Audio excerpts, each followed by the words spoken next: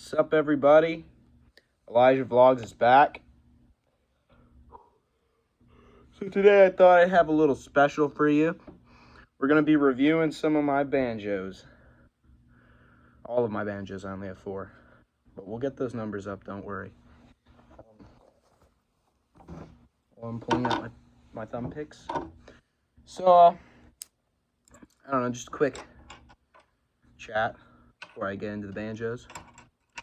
So yeah, we're having a snow day today, so I haven't had much to do. Haven't had any, never mind.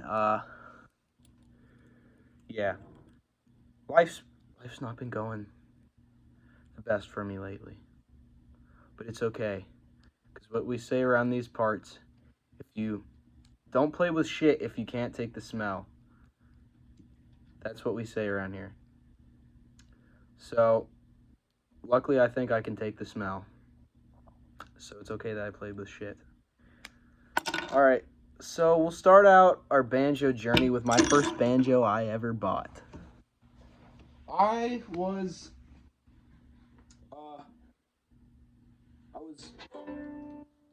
think I was in freaking 7th grade or something. Your boy still had some innocence left in him. And so this isn't actually your typical 5-string banjo. You see it has 4 strings, which are tuned the same as the upper 5 strings of a regular 5-string banjo. Upper 4 strings of a regular 5-string banjo. But this is what's called a plectrum banjo. Same neck length, same resonator and everything. But it's just meant for strumming and like jazz. So I'll play a little bit on it. I only know really one song on it, because when I started, I used to try and do like picking things like you would do on a 5-string, and I was missing a whole string, so I couldn't really do much. But I learned on this for about a year with a guy named Max Bolton, and he taught me pretty much the beginning stuff, chord shapes that would be very useful later on. So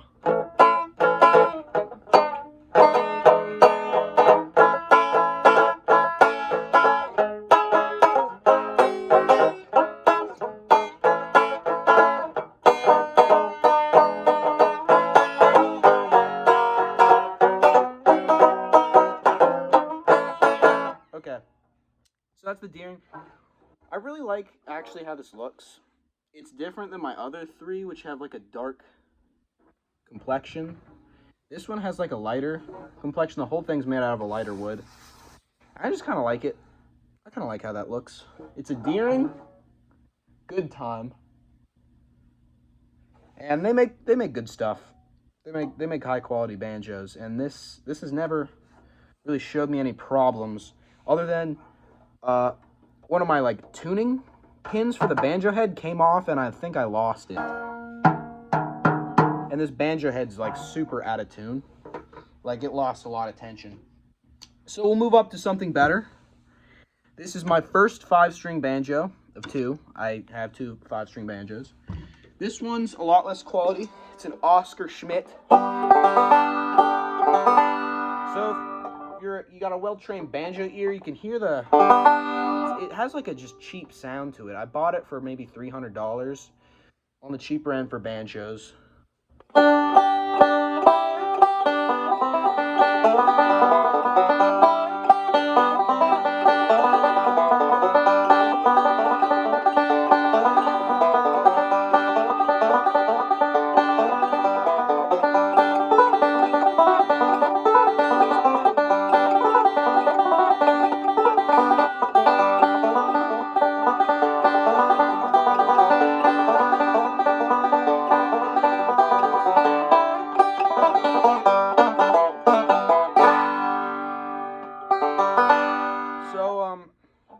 Has a cheap, just like cheap sound. Like it doesn't have a, like when you want a banjo, you want it to ring like a bell. You want it to sound like a bell or like a chime.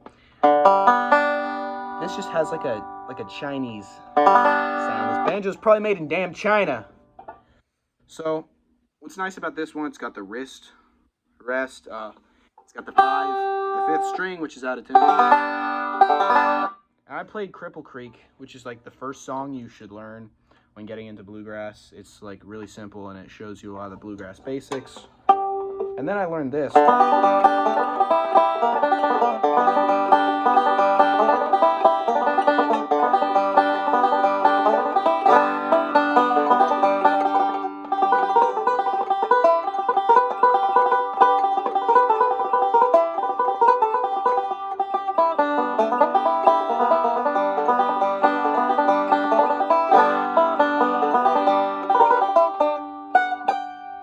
So the thing about bluegrass music, and we'll be done with this, I'll talk about it. So I like, this is like mahogany, I think. So it's actually a high quality wood, but there's just not much of it. If you were to pick this up compared with my good banjo, which I'll show you next, this one's like, my new banjo's like 80% heavier.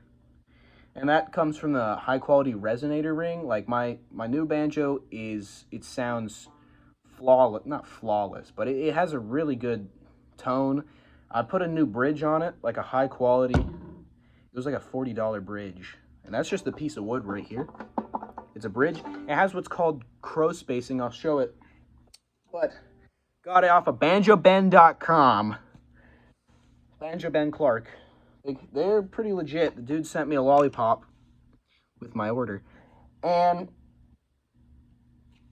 yeah, I got a damn bridge and it's on there. But so more about this. Oscar Schmidt is this banjo. They make good stuff too. I think this is just one of their cheaper models. I don't know exactly what model this is. It just says Oscar Schmidt on the neck. Sure, nobody really cares. This is a boring banjo. It says it in there.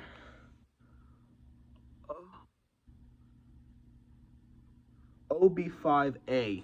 That is the model name. Yeah.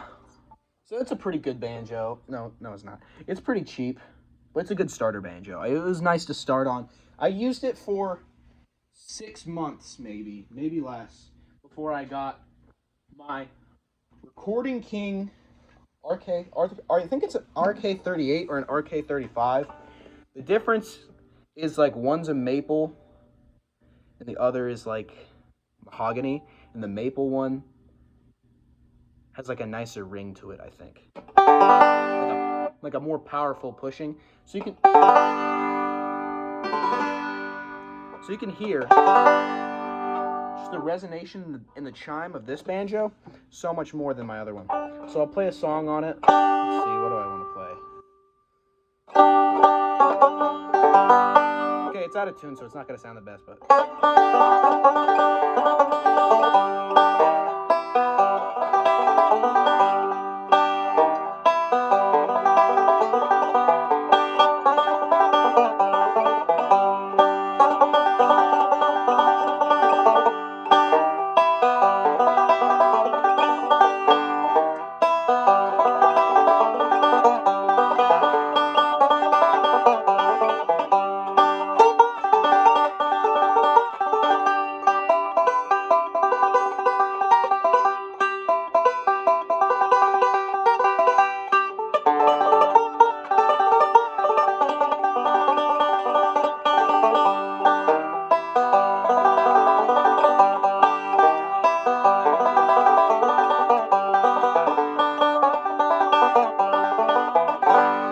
Says Foggy Mountain Breakdown.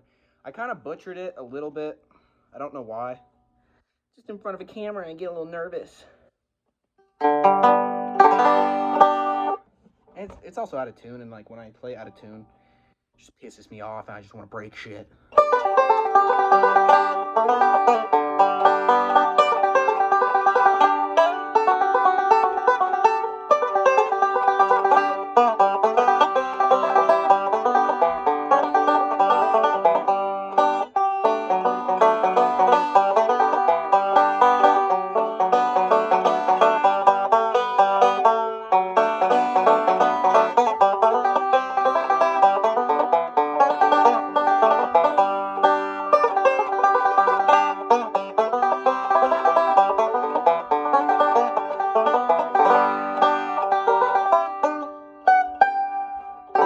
So that ending's just, you can tack that on pretty much any bluegrass song. I think that's called like Shaving a Haircut. And then there's like a default start called like taters.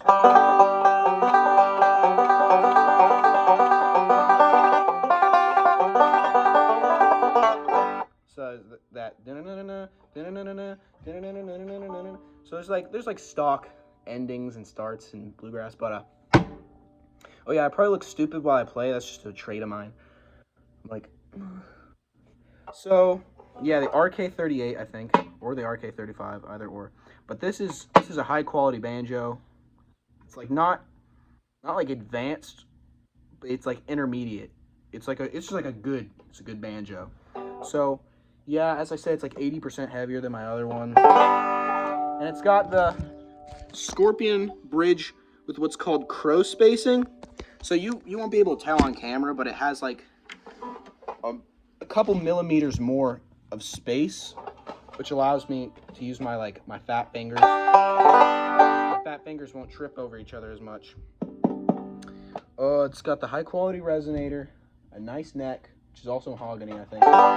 It's got the Scruggs tuners, which, see, they come out the back, and you can set them to a certain point, so you could untune it and tune it back, and it's useful for a lot of songs. So it could go, and that's not the same with any. My next banjo I'll show you actually has them, but for like no reason. I don't know why they put those on there, but. And then that's a friction peg, which is cheap. Like, so pretty much when you untune the string, it'll fall out. That's the same with my other 5-string, which I thought was weird because this is an expensive banjo. Why would they have a cheap friction peg? But, you know, whatever. It's got the wrist guard. This wrist guard has some tarnishing because I've used it a lot longer. Yeah, it's a good banjo. RK38 or RK35. Whatever's the maple model. Okay.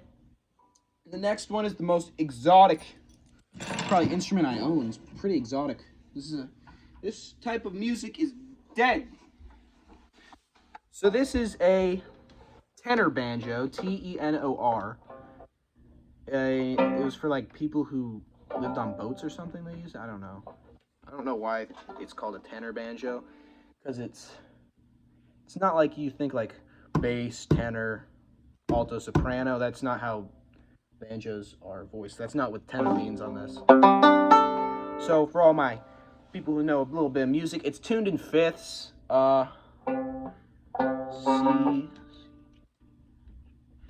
C, G, D, A. So if you play mandolin, you can actually probably pick this up and do things with it. It'll be a lot easier to learn. But this is a tenor banjo. This one in particular is from the 1920s. It's really old. And I wanted it because I played Dixieland jazz at school, which is like a dying form of music. You won't find it anywhere else other than like in New Orleans, because it's just like a dead, dying form.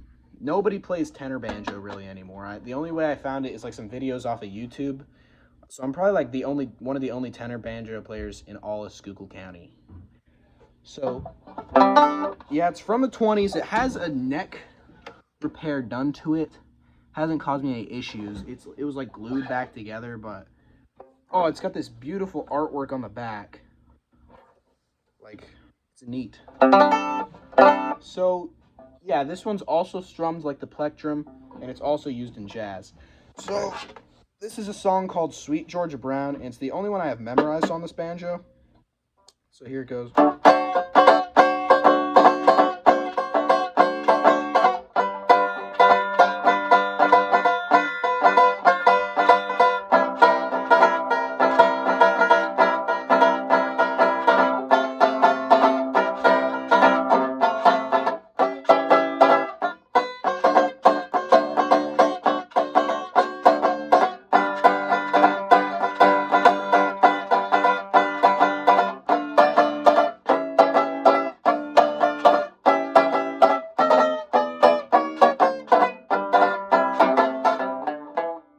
And then just keeps going like that. So it's a good song. I like that song. But I'm not super good at this banjo or the tenor or the plectrum banjo because I haven't spent much time with the plectrum. I don't really care. I don't have a use for that instrument. But this one, I've only had it for a month, about, maybe a little over a month.